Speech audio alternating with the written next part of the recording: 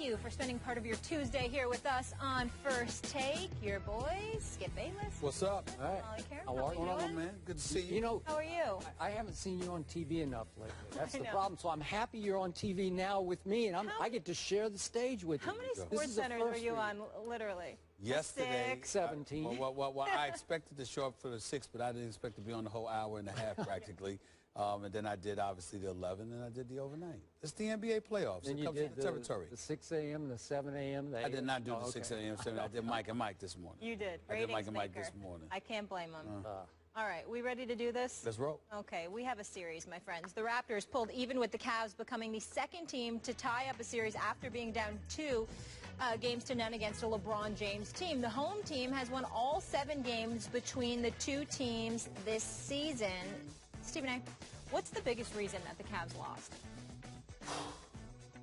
The biggest reason. You know something? I look at it, and last night, I'm looking at LeBron James, believe it or not. Yes, he had 29 points. Yes, he hit 11 of his 16 shots. You're universally recognized as one of the top 2 players in the world. Your conditioning is off the charts. I will give it that you played 46 minutes. The fact that the last 5 minutes and 28 seconds, you attempted 1 shot in the 4th quarter. After overcoming an 18-point deficit, taking a 2-point lead, having a 2-point lead, and all you need to do is hold on to it. And one of the world's greatest players attempts 1 shot in the last 5 minutes, 0 shot attempts in the last 3 minutes, to me is inexcusable. Now, you can look at Tyronn Lue like Brian Windhorst did and said, you know, that's coaching. Plenty of coaches have made this mistake in the past where they ride LeBron James and they play him. They ride him till the wheels come off and they play him too many minutes. That might be fair because he might have been fatigued to some degree. You could look at J.R. Smith and his Statue of Liberty defense when he let Kyle Lowry blow right by him in the last 22 seconds. You could look at Kyrie Irving and J.R. and Amon Shumpert, who had threes rained in his face time and time again because Kyle Lowry was just burying shots after shots after shots. You can look at DeMar DeRozan and his mid-range game and the fact that Cleveland collectively as a defense gave up 30-plus to both guards in the backcourt. That usually does not happen. You can look at all of those things. But in the end, and you can certainly look at Kevin Love. You know, I mean, this guy riding the pond in the 4th quarter, he might have got tweaked an injury or whatever. That wasn't why Tyronn Lue sat him down. Tyronn Lue said he didn't. Tyronn Lue literally said, I didn't know. I didn't know whether he was injured or not. Yep. I just thought Channing Frye was playing better. He's the $113 million man, and every time the 4th quarter comes around in pivotal moments, there's an APB out for him. Where the hell is he? You can say all of those things. But it comes down to my man LeBron James. Because if you lose him by 15 or you lose him by 18 like you did on Saturday, I understand. But when you overcome an 18-point deficit and you have a 2-point lead, that's your moment. So when you have Kyle Lowry guarding you, you have to take advantage of that matchup. The dude is practically a foot shorter than you. You have to take advantage of that matchup. Another occasion when you've got Carroll guarding you, letting Kyle Lowry come from behind and steal the ball to go in, not for a layup, but ultimately get fouled and missing 2 free throws. That's a problem. That's very Karl Malone-like in that particular moment, okay? Well, you know, when Jordan stripped him in the finals. You just can't let that happen. We all know how much I love and respect LeBron James, but you can't let that happen. To me, I look at that, and I look at that as the biggest reason. I have to look at him because you're the best player, one of the top 2 players in the world. You have a 2-point lead with 5 minutes left, and you don't even attempt to shoot in the last 3 minutes? At no time did a shot go up? That doesn't make sense to me. None. Did I just hear come out of your mouth what I think I just heard come out of your mouth? Was that the sleep deprivation talking? Should I call the nurse? Should we get Nurse Nancy in here to check your temperature? Are you okay with what? I mean, for me, this is the big one. Elizabeth, I'm coming because I'm coming. I'm coming. Yes, because it's never happened before. It's happened Stephen before. A. Smith just opened First Take by criticizing his man, LeBron James. I have to. Who deserved every last word you just heaped on him. Because I am so with you, but I thought I was going to be the lone wolf again. I was ready to disqualify myself and say, well, I'm such a critic, but I cannot tell a lie. And you stole my thunder in a great way. I'm so proud of you. I appreciate what you just did. Because this was classic. This was all-time classic, baffling, frustrating LeBron James. And from my heart, because we both picked Cleveland to win that pivotal game last night. Yeah. Now it's a series, obviously. I'm rooting for LeBron. And over those last 5.5 minutes, if I may add a couple of quick details to what you just laid out for everybody, he was mostly guarded by 6-foot-tall Kyle Lowry. Yes. Wait, he's 6 feet tall. Some give him 6'1". I don't think he's 6 feet. He's 6 feet tall. He's 6 feet. Okay, LeBron, as you often say, 6'9". So let's say there's 9 inches there, and little Kyle is fighting like the bulldog that he is down in the low post. And I'm saying, LeBron, just wheel on him. Just wheel on him, because I know Biyombo's going to come and help, but you can't keep LeBron James from the rim or from the free throw line at that point. And it's not like the last minute of free throws. This is 5.5 minutes. If LeBron wheels 3 times and gets 6 free throws and makes 4 of them, it's points. They're crucial points. I have never seen anything quite like this since the NBA Finals when he melted down. And by the way, Dwayne Casey just happened to be the defensive coordinator for the Dallas Mavericks when that happened. So Dwayne has seen this in larger context than we saw last night. But to your point, Richard Jefferson scored a dunk with 4:53 left that gave Cleveland a 2-point lead. As you said, they had exploded on Toronto. They had made their first 11 shots. Led by Richard Jefferson and Channing Frye. Which is, that's pro. This is a point for Ty Lue. He just said, heck with you, Kevin Love. I'm done with you, Kevin Love. Again, I keep saying they have 2.5 men on that team, as in 2.5 stars, because Kevin Love is no more than a half star to me. I'm sorry, I tell you that all the time. And that was classic case. Remember, in those first 8 playoff games, Detroit and Atlanta, he had 8 straight double-doubles. And now over the last 2 games in Toronto, he has totaled 13 points and totaled 11 rebounds, and he just disappears. Okay, so we get that. And we also get it that Biyombo has badly outplayed Tristan Thompson. I love Tristan Thompson. So they have switched roles, because Biyombo was not to be found in Cleveland in games 1 and 2. But look at this. In these last 2 games in Toronto, Biyombo has 40 rebounds and 7 blocks to Tristan's 17 rebounds and 2 blocks. That's right. Well, that's badly outplayed, right? And they're kind of the same guy. Even though it was sort of even last night a little bit, because Biyombo got some late rebounds, but he had 26 rebounds in game 3. I get that. And we all know that Cleveland has lived and died by the 3, because for the first 2 series, they were on a record playoff pace in making 3-point shots. And now they've gone 41 attempts and 41 attempts, and they're making 33%. Well, you know and I know that can get you beaten on the road when you only make 33% of that many attempts. That's a lot of shots, a lot of them are forced. They're contested. Forced. They're I agree. Contested. They're not open. By the way, Biyombo actually went out and blocked JR's 3. That's that right. was Yes, big. he did. That was a yes, huge he did. Okay, so now let's go back to that moment. 4:53 left. You're up 2. You have taken Toronto's crowd in large part out of the game. It's about to be 3-1 Cleveland in this series. We would both agree would be completely over, right? And where is LeBron? And I counted the touches. From that point on, LeBron, and he had made a basket just before that. That was his last basket that he made.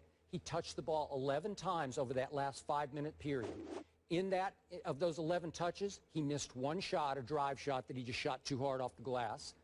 He had the 1 turnover when Kyle stripped him, right, more in the backcourt. Right. He had 1 rebound, and he shot 0 free throws in the last 5 minutes. That game is begging for LeBron to take it over and close it. Now, back to Brian Windhorst's point. Is it fair? Okay, I'll give you this.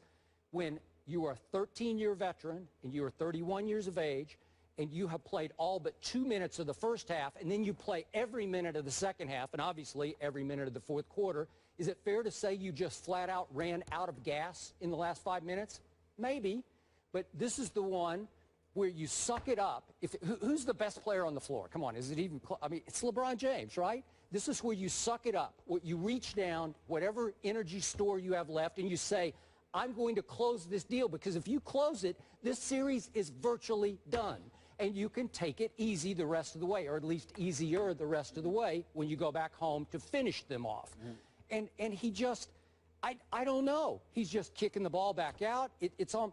At first I said, is he mad at Kyrie? I don't think so. I mean, there's nothing going on. He's just not being assertive. He's being passive. Well, let me say this. Let me interject.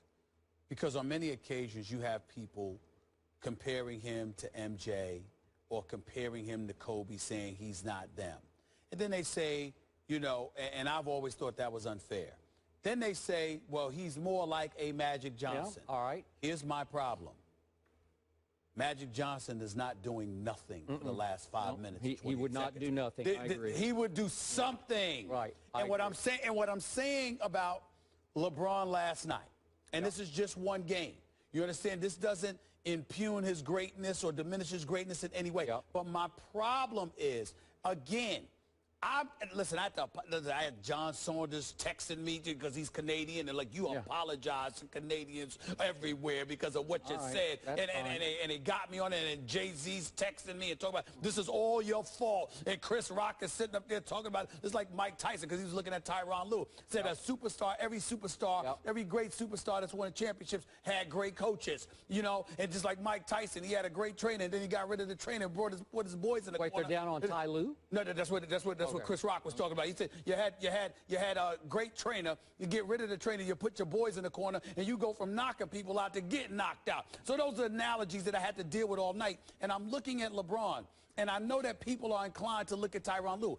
I'm saying if you're tired, then that could be the reason why you missed. It could be the reason why you made mistakes. But when you don't even attempt but one shot in the final 5 minutes. Damn it, if you can run up and down the floor, you can get a shot off. And especially if you got Tyronn Lue, I mean Kyle Lowry on you. So I'm looking at it, and I am judging the Cleveland Cavaliers with championship expectations.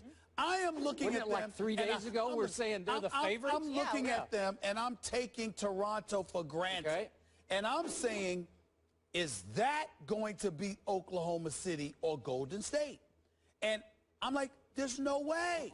There's no way. If look, DeMar DeRozan doesn't shoot threes. He shoots twos. You know what?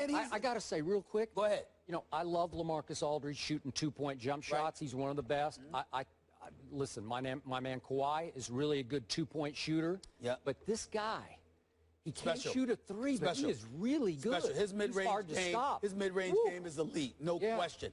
But he was in attack mode. He was. Kyle Lowry was in attack mode. And I'm looking around, and I see no response. And not from the big three that counted. Even Kyle Lowry, when they were making the run, it was Jefferson, it was Channing Frye. So I'm just saying, is this going to get it done? No. There's no way that's going to get it done. And we were and it's just like I said earlier. It is one thing to believe in a team.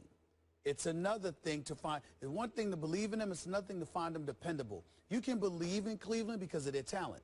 Can you depend on them? No, because you can't trust them. I agree. You can't trust them. Okay, so big picture, explain this to me off that fourth quarter.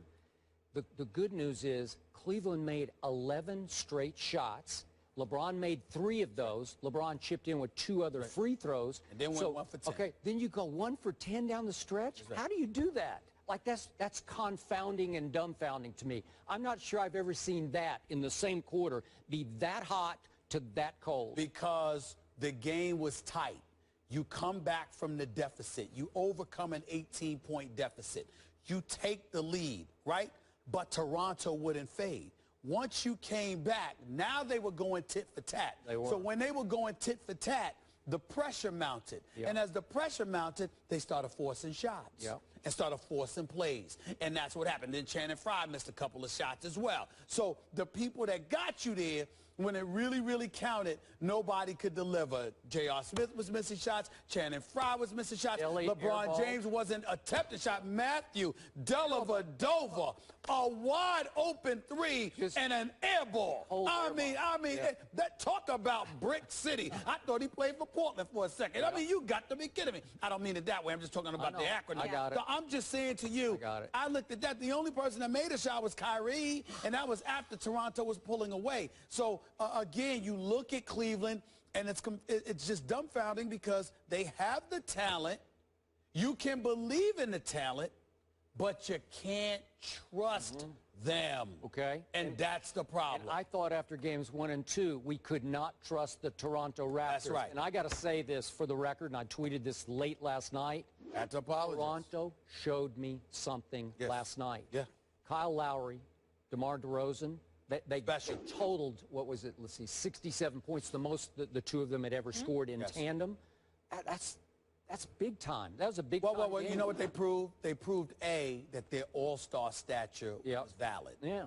Number one. And number two, what I told you about Kyle Lowry, who I've known back from his days in Philadelphia. I covered this dude. I wrote an article on him when he was in high school. Covered him at Villanova. Okay. Well, he's a pit bull, man. He got a lot of heart, and now he's got a jump shot to go with. I mean, look, I got to give credit where credit is due. They deserve it, but still in all, Cleveland still came back from an 18-point deficit, had a lead.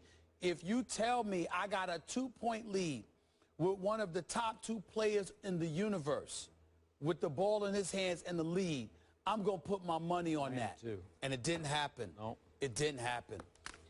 All right, we'll leave it there. So yesterday, obviously, we were discussing Draymond Green. Would he get suspended? Well, he will not be. The kicker flail that stole the headlines of the Game 3.